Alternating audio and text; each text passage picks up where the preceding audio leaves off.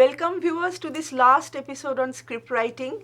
This is the 30th episode, and in this particular episode we are going to go a little against what we have been discussing so far in the last 29 episodes.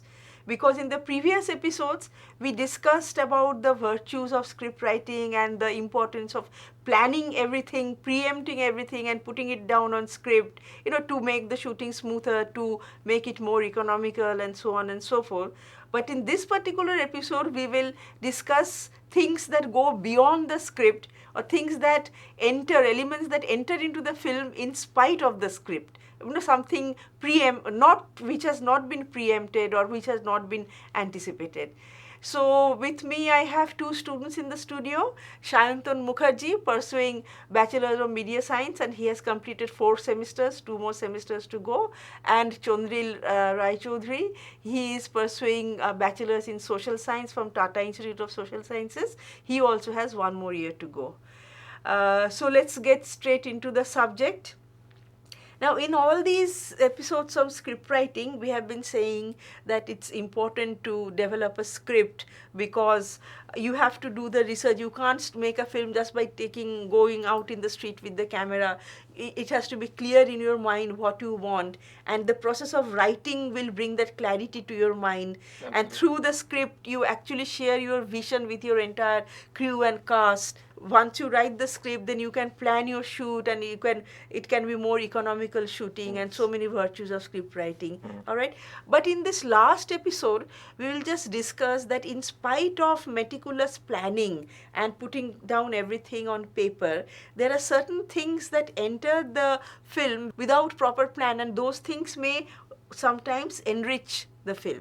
Yes. Okay, so we will consider some of those cases. Now, in documentaries, you cannot anyway preempt everything because you are playing with real people. Yes. They are the subject of your film and in real life situation. Okay, so you cannot preempt what people are going to say or what's going to happen at the next moment. So you take a lot of chances and you shoot a lot more till the drama comes out from their everyday reality. I mean, we write a script, but there is no planning. We write a treatment, but yes, then we often break basic idea that treatment. Yeah, yes. The treatment again helps to discipline our thinking process. Yes. Okay, but when it comes to fiction writing, as you know, Hitchcock used to plan every little thing. He used to draw the storyboard, and then he closed his book and said, "Now my film is over," without shooting a single scene. Pretty confident. Yeah. Okay. So he believed in that kind of a meticulous scripting. Yes. Okay. So there are many, even in India also we have filmmakers like that who believe in such meticulous scripting. But the point is that even when you do such meticulous scripting, there may be instances where, like this young filmmaker Umesh Kulkarni said that God saw us working so hard, so it was God's gift to us. He was pleased with us and he gifted it to us at the right moment. Okay, so things that you had not anticipated that come into the frame, and those are interesting elements that enrich the frame, that may add a new meaning also. Yes. Now, Umesh Kulkarni he is an FTIA graduate from Pune, so his diploma film was Girni. It was a much awarded film. So in Girni, it's a short story about a little boy whose mother has to support a family. There is an invalid grandfather in the family, and they live in a chawl, just a 1-room apartment. So the mother takes loan and gets a atta chakki in the house. She can make atta from gehu grains. Okay, so that's her livelihood, and so constantly in the house there is always this groan of that atta chakki. Continuously it is the motor is running and it's making atta out of gehu. Okay, so the little boy, he grows mad because that begins to eat his brains. The continuous sound begins to eat his brain.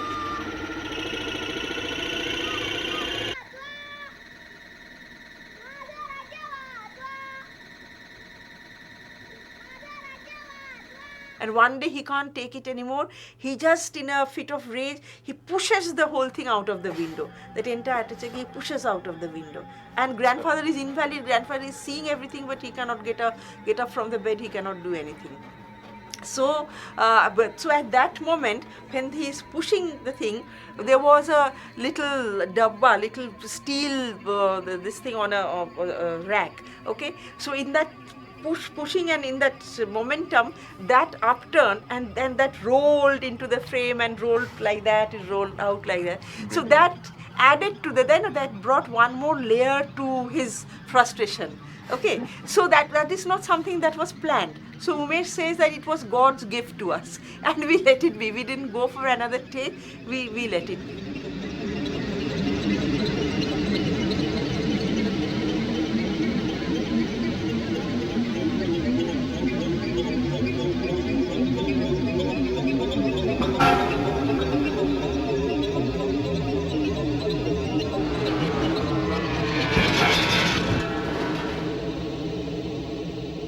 All right. So there are other examples made earlier. A film called Mohanagar. It was made in the early 60s. The very last scene is the camera cranes up, okay, and the two protagonists, Madhavi and Anil Chatterjee, they walk hand in hand. Anil Chatterjee has lost his job and Madhavi has given her resignation. So both of them are jobless. Okay, but still they're hopeful that in this big city they will get something, will emerge, they will get something. So they walk hand in hand, then they walk into the sunset kind of thing, and the camera cranes up and takes a high angle shot of the city and the two protagonists walking away hand in hand. Alright, so when the camera cranes up, in the foreground is the lamp post, so one light is on and the other light is off.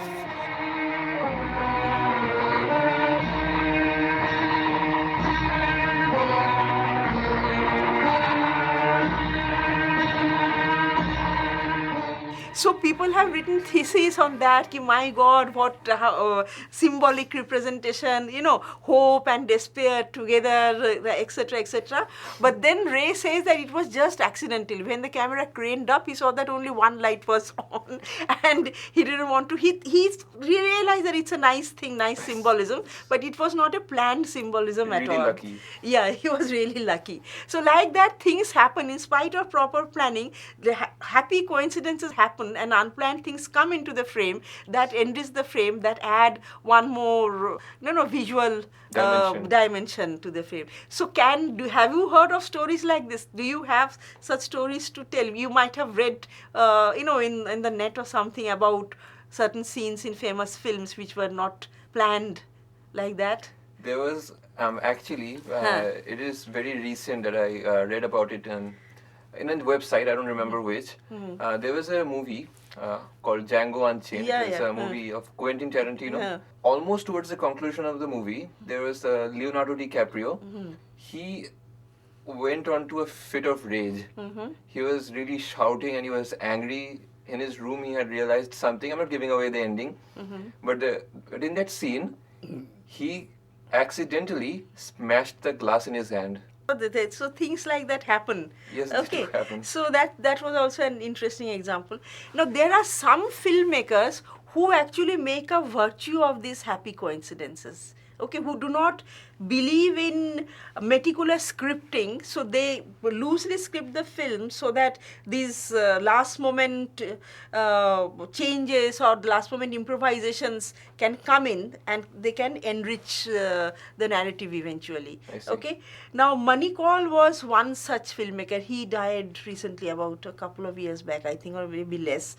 Now Manikal was an FTII graduate. He was a direct student of Ritwik Ghatak when Ritwik Ghatak was the vice principal at FTII. And Manikal, it is said about Manikal, there are lots of myths about Manikal. Now one of the myths is that when he went to a location for film, and these people didn't really shoot in the sets, they didn't so much believe in shooting in this. They always shot in the location. Okay, so when he went to a location for shooting, he took his camera and he told his cameraman that blindly turn the camera with around a 360 degree and where the camera stops, let that be the opening frame of the film. Instead of planning the opening frame and measuring everything with a light meter, the measuring the light condition, this, that. So he didn't believe in that kind of meticulous planning, because he said that our life also begins like this. Our life doesn't begin in a planned way.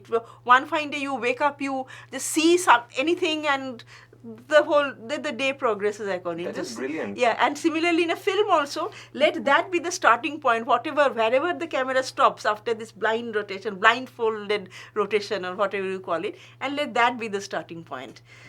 Okay, so that Manikal was like that, and he had that confidence to not to script it and yet Yes. take it forward from that point. If you are very strong in your mind what exactly you want, He doesn't need plans. He can make it. Exactly. Incredible. Okay, and another example from the Indian scenario I can give you. In the year 2002, there was a film called Let's Talk. It was made by a person called Ram Madhvani, who is basically an ad filmmaker. And this was his first foray into feature filmmaking. And for the first time, he was using the digital media, because in 2002, people still hadn't crossed over from celluloid to the digital medium. Okay, so this is one of the first Indian feature films to be made in the digital medium and then released on the halls after doing reverse telecine. Okay, it's Let's Talk. The male protagonist is Boman Irani, and the female protagonist is some theatre actress, I don't remember her name. So it's about their marital relationship. The woman had a miscarriage, the second child was miscarriage, so that had shattered Boman Irani, and now the woman is having an affair with somebody and she wants to move out and she wants to break the news to Boman Irani. So, she's having dilemma how to break the news and so on. So there are long dialogue sequences. So this also I read when in the making of this Let's Talk, that Ram Madhavani had actually not scripted the dialogues in details. Okay, he had told Boman Irani and that actress that this has to be the outcome of the dialogue sequence. All right, so you people are going to discuss this matter, and you have to take the situation from point A to point B through the discussion, and you can mention points like the miscarriage and some cues he gave that you can bring these points into the discussion. And he shot it with a multicam setup, because he asked them to improvise the dialogue, so obviously they couldn't repeat it. If need be, they couldn't have repeated it, so he shot those dialogue sequences in a multicam setup. Okay, so there also he was depending on improvisation of the actors. Instead of giving them exactly pre-scripted dialogues, he was depending on the improvisation. So there are directors who actually make a virtue of this improvisation and this loose scripting. So now I will show you a clipping of a film called Turin Horse by Bela Tarr. So, and the exercise to you will be, watch it carefully and see how you are going to script it.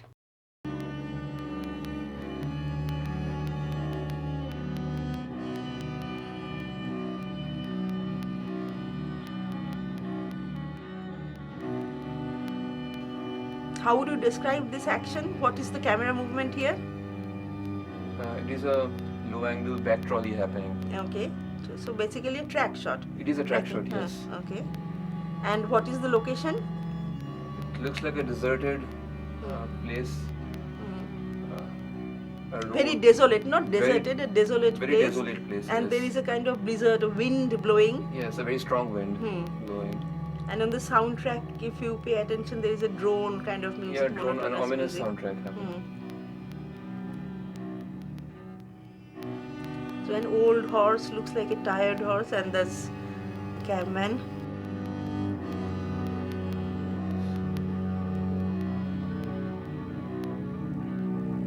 So it's the same shot continuing. Okay, so from backtrack, the camera is going Sideways. sideways. Yes, there is no cut. No, so far no cut.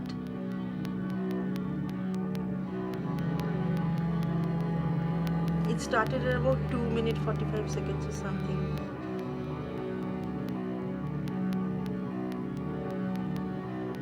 The same blizzard is blowing continuously.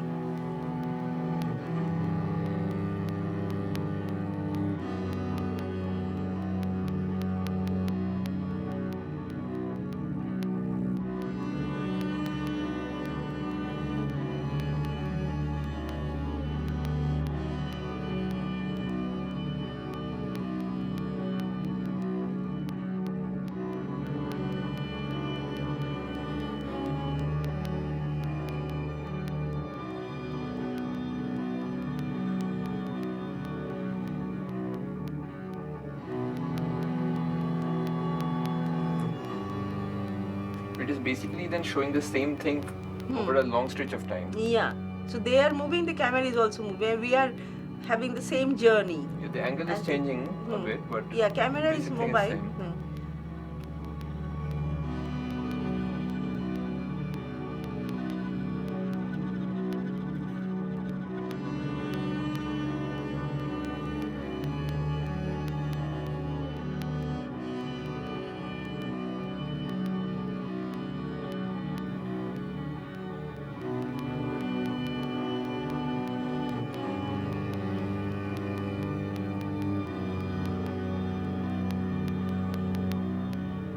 So what information is this conveying to you?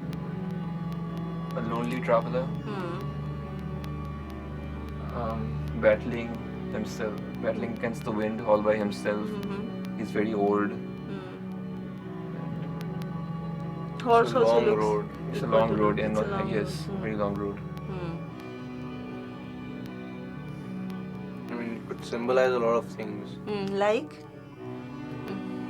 A long, slow life, Yeah. and the relationship between an animal and a Yeah. man. Both are old and haggard. Hmm. That is good. I think it's almost getting over.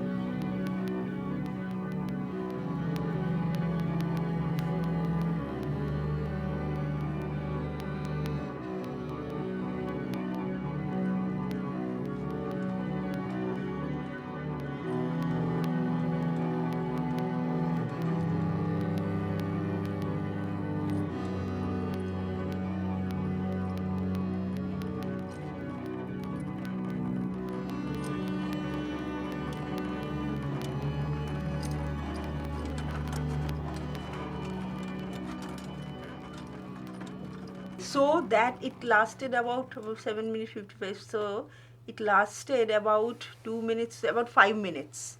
Approximately 5 minutes it Yes. lasted. Okay. So tell me, how would you script it? How would you put it into a script?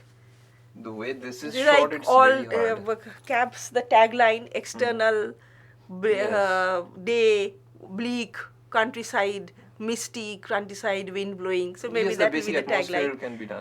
And then, Yes. Then I think we could use description to show the slow movement and the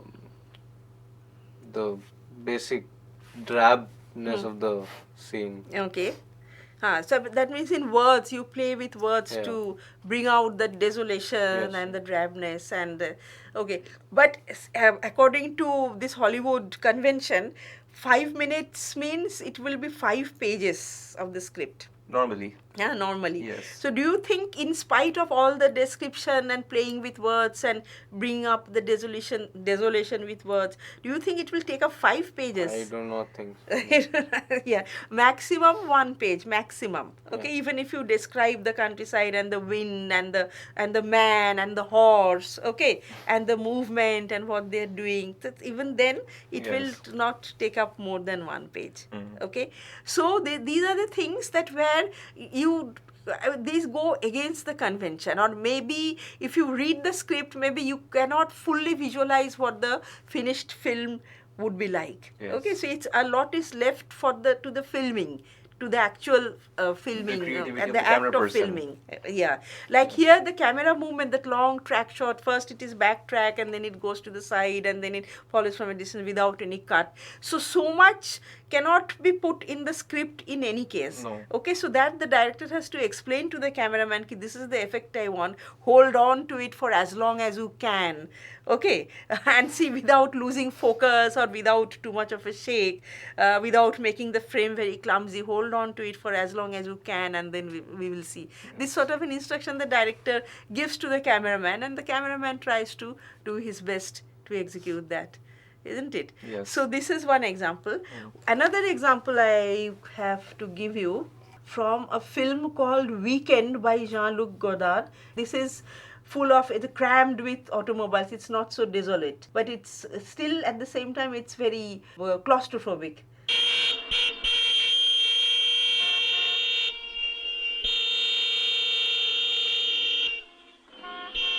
actually this is again one take, just like the previous film, but this particular version, whosoever has created has knocked off a few passages. So you will see a couple of cuts here which are not there in the original film. There was a cut. But it was not there in the original film. It's a one long track shot.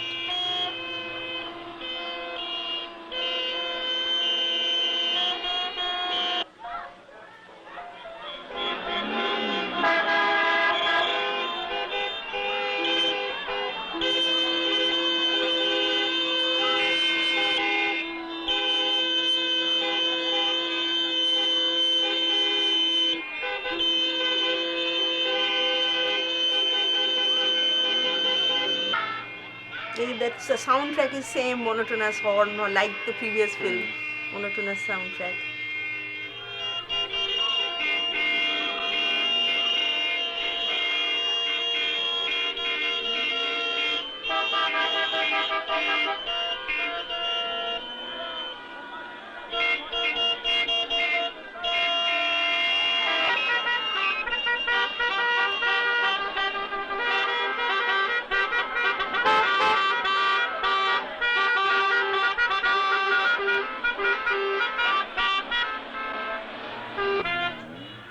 Again, there was a cut which was not supposed to be.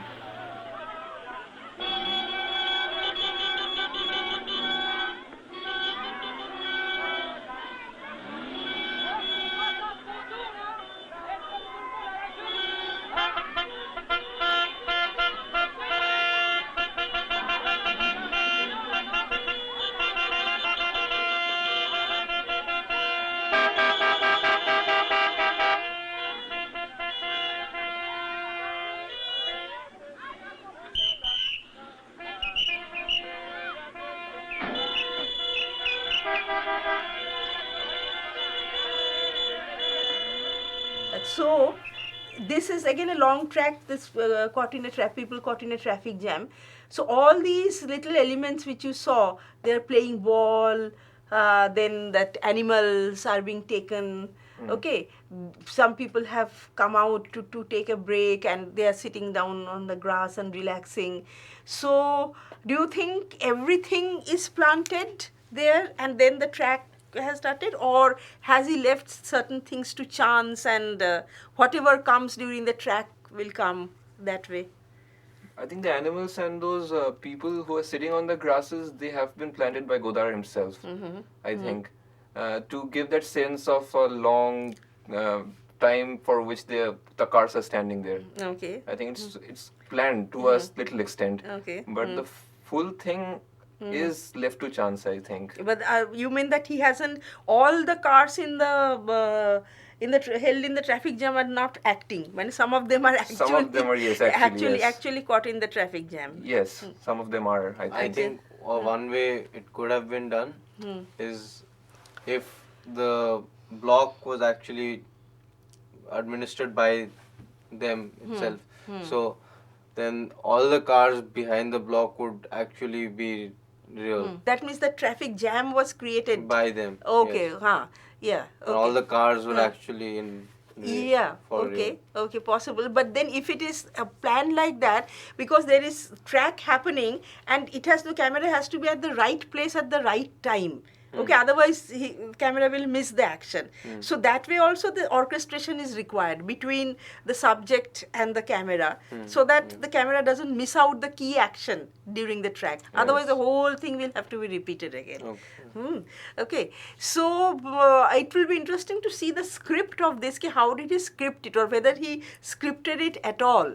True. Okay, Yes. so like that, lot of things, even in a fiction film, a lot of things are left to chance. Okay, and the script keeps on changing, even at the editing table, even while dubbing. At the dubbing stage also you may change the dialogues a little bit. Okay, so the script, it's a very organic entity.